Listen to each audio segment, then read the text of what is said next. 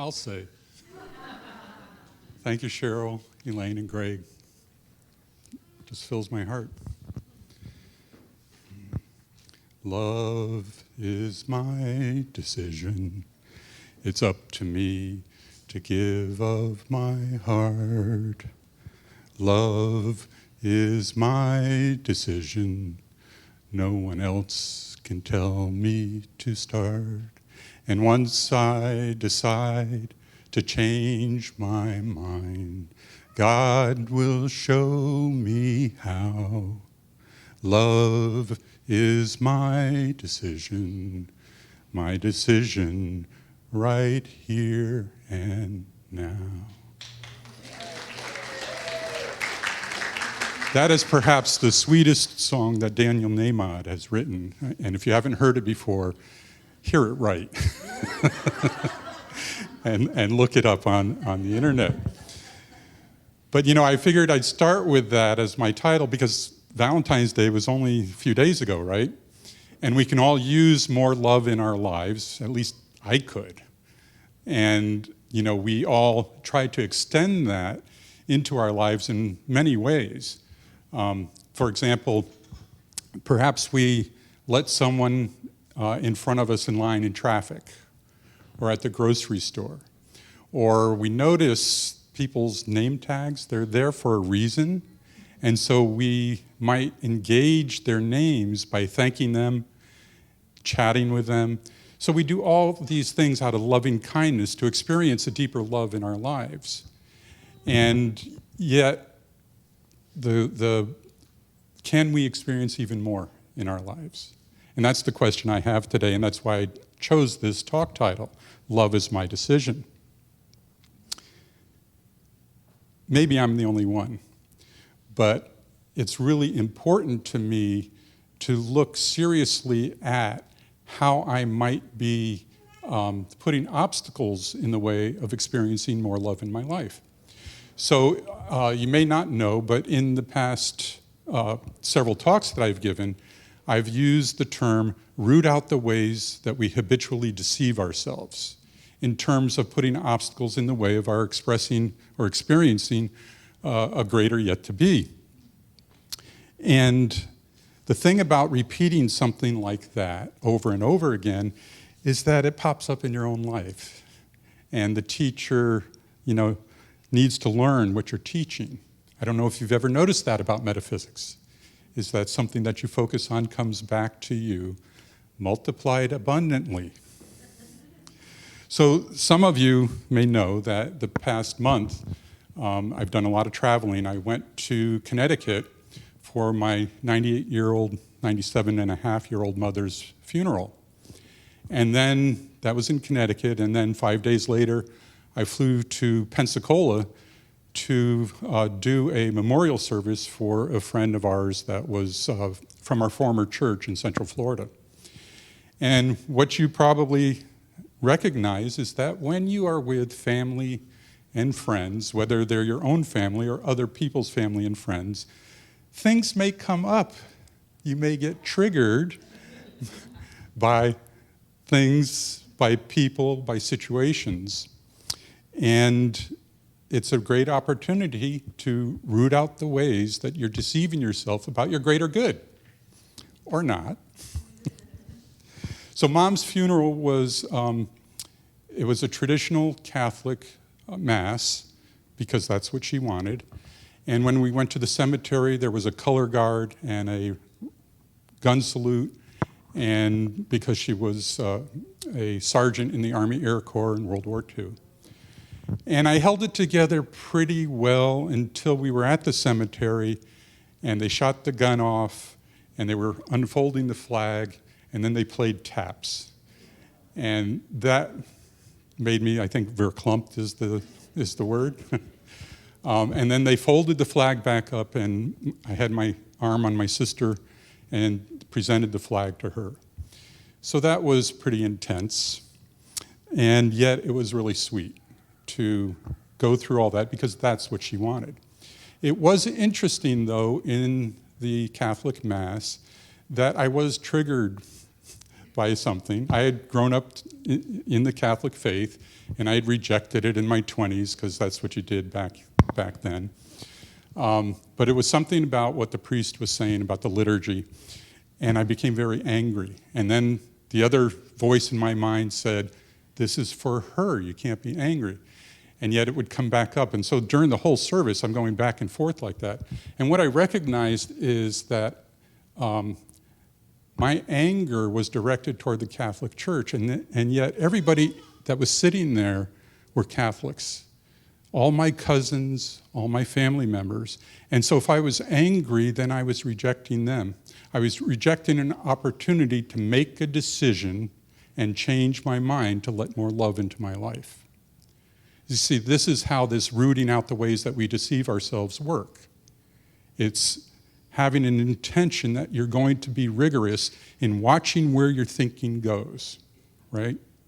And paying attention to that. So then after the cemetery service and the salute and the taps and all that, we decided to go to a restaurant. We had planned to go to a restaurant, and there were about 25 cousins and friends and all of that there. And this was not something that my mother wanted, but we were traditionally very disobedient children. And what could she do anyway? So we were enjoying family and friends, and some of these people I haven't seen in 35 years. And so it was really interesting to observe, the cousins that were goofy were still goofy now. And the people that were hard to live with seemingly were still hard to live with, from the stories that they told. But the stories that they told about Mom were very rich. And it was really sweet to hear all of these things. And yet at the same time, there's a lot that I still have to process about these people were family, and yet I didn't really know that much about them since I left 30 years ago. And to me, that was a lost opportunity, a lost opportunity, again, to change my mind and open it to a greater experience of love. And I know there are all those rationalizations that you can only keep up with so many people that, they really weren't in the same faith as I am, and blah, blah, blah. You come up with these stories in your mind about why you didn't stay connected. And so there was a learning there for me that, not that I have to change anything now, but that I was shut down to a deeper experience of love. You see how this works. But what really got me was a conversation that my brother was having with a friend of his from high school.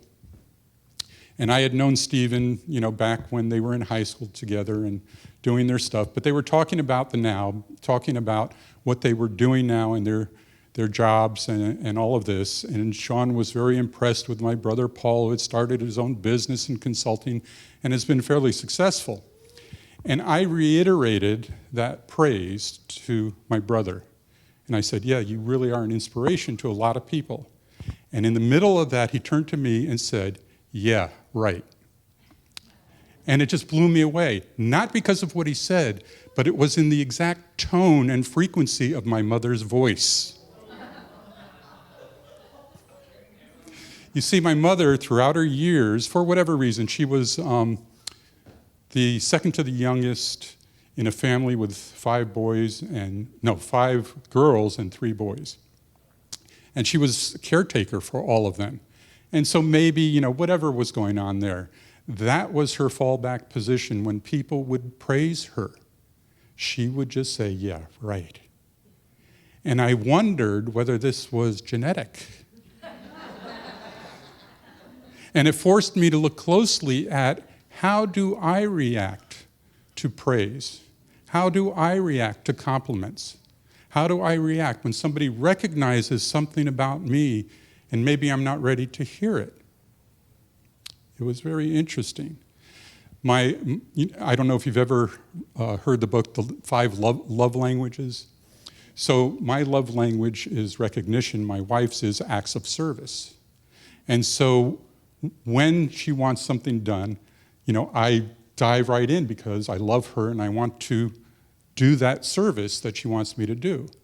And I'm like a dog, a loyal dog, is I do something, she pats me on the head, and I say, okay, what's next? Most of the time. But sometimes it's that voice that says, yeah, right. And to me, that's a lost opportunity to deepen love. It's amazing to me how we argue for our limitations, right? Automatically, we argue for our limitations. And these are some things that you might recognize in yourself about you arguing for your limitation. I'm not smart enough. No one in my family has ever gone to college. There's never enough time, talent, finances, any statement of not enough, or pointing at someone and blaming them for something.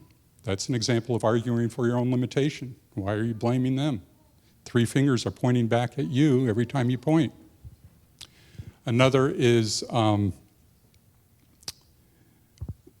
giving advice. You know what they should do? That's one of my favorites. You know what they should do? That's a reflection of you, right? And so we have this tendency to argue for restrictions and limitations in our life. Another one is criticizing that someone is doing too much of something, right? They're acting out, or they shouldn't be that way. William Blake said the road of excess leads to the palace of wisdom. So maybe there's something in that acting out that will eventually bring us all to a greater understanding.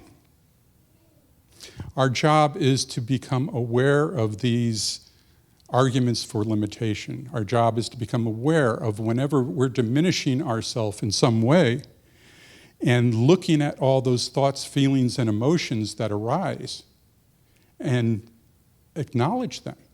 They are there, they are real, and then make a decision, right? Once I decide to change my mind, I can open my heart to love. That's the work that we have to do. It's like, I call it spiritual hygiene. Spiritual hygiene is cleaning up all that stuff. It's like if you were going on a date, would you not shower, right? You're courting someone, and so you want to present your best. Well, the Persian poets, Rumi especially, talks all the time about courting the presence. Courting the presence. What is your spiritual hygiene to even approach the presence? Do we have a spiritual practice? Or do we just kind of wing it? It doesn't really matter, except if you want to go deeper, to learn more about this power. You see, if we were truly able to comprehend what happened 14 billion years ago, the intensity of that orgasmic explosion that created all things, all matter, all life, and is continuing to spend itself into eternity in this universe and any multi-universe that there is, the intensity of that explosion is something that if we could only comprehend it, we would begin to understand that we are greater than we appear to be. This is what Marianne Williamson has to say about that, and maybe you've heard it before. Our deepest fear is not that we are inadequate. Our deepest fear is that we are powerful beyond measure. It is our light, not our darkness, that most frightens us. We ask ourselves, who am I to be brilliant, gorgeous, talented, and fabulous? Actually, who are you not to be? You are a child of God. Your playing small does not serve the world. There's nothing enlightened about shrinking so that other people won't feel insecure about you. I love that. We are all meant to shine as children do. We were born to make manifest the glory of God that is within us. It's not just in some of us, it's in everyone. And as we let our own light shine, I've got this. As we let our own light shine, we unconsciously give other people permission to do the same. As we're liberated from our own fear, our presence automatically liberates others. Is that our deepest fear? Is that we are more powerful than we can imagine?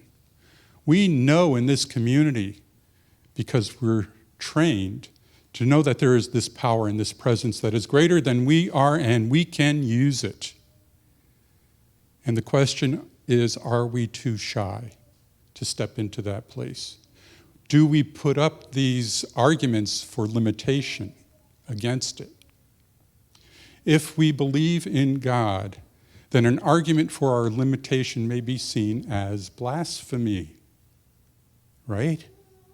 We blaspheme this power, this presence that only wants the best for us, that only wants us to shine our inner light, use our talents and abilities to the greatest extent that we can, to spend ourselves rather than reserving something for the sweet beyond, because that ain't going to help, right?